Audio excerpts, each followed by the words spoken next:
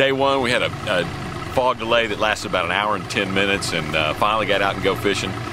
Caught a lot of fish, ton of fish. Just couldn't catch the big ones, and I didn't understand it because the water temperatures come up really, really fast, and a lot of males are there, and the females have to be coming because it's a full moon and it's 67-degree water temperature. They'll start spawning at 60. So incredible timing for this Bassmasters Classic here in 2011. Everything's perfect. It's called the perfect storm, and you saw some great stringers yesterday.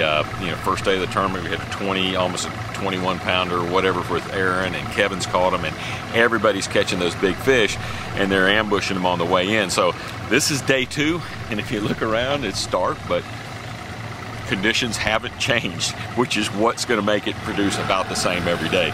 It's foggy as can be. We'll have another fog delay probably, and I'm just hoping that more of those big ones come in because I don't need a lot to make the cut, but I really want to get back in the game. So getting in the game means I need to catch some 4-pounders, and there's a lot of them out here.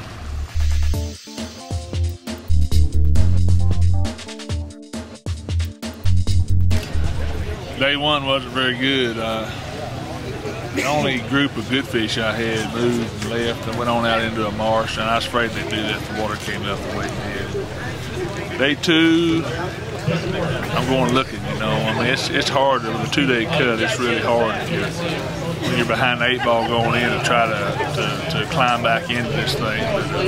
But we'll go looking around today and try to find some of those 4-pound fish. They're out there. They're hard to find, but they're out there. If we can find some of them, we can get back in.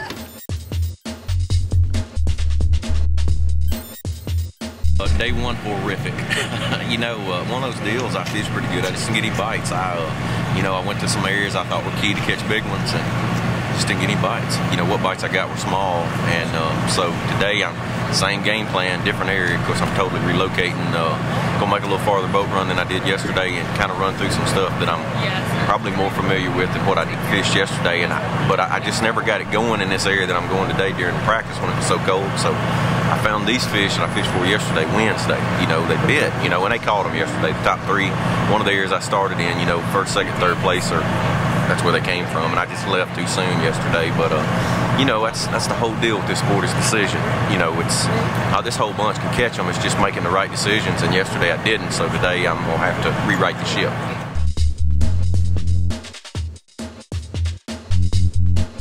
The first day I pretty much took a gamble on an area where I got some big bites, and it paid off. I had a pretty good day, but believe it or not, it was even a lot better in practice. I think the area has a lot of potential.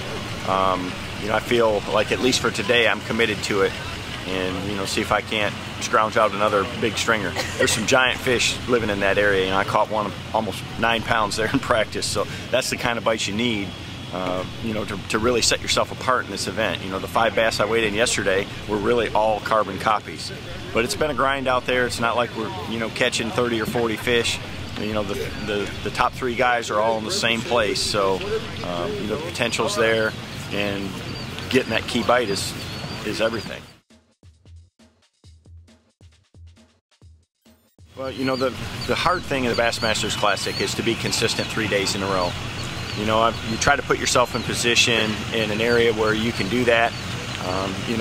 Last year I found a magical area, and I was able to kind of protect it and kind of keep it all to myself. Nobody else, found it, and after the first day, nobody was around. Here's a lot different. There's, quite a feo other competitors in the area where I'm at.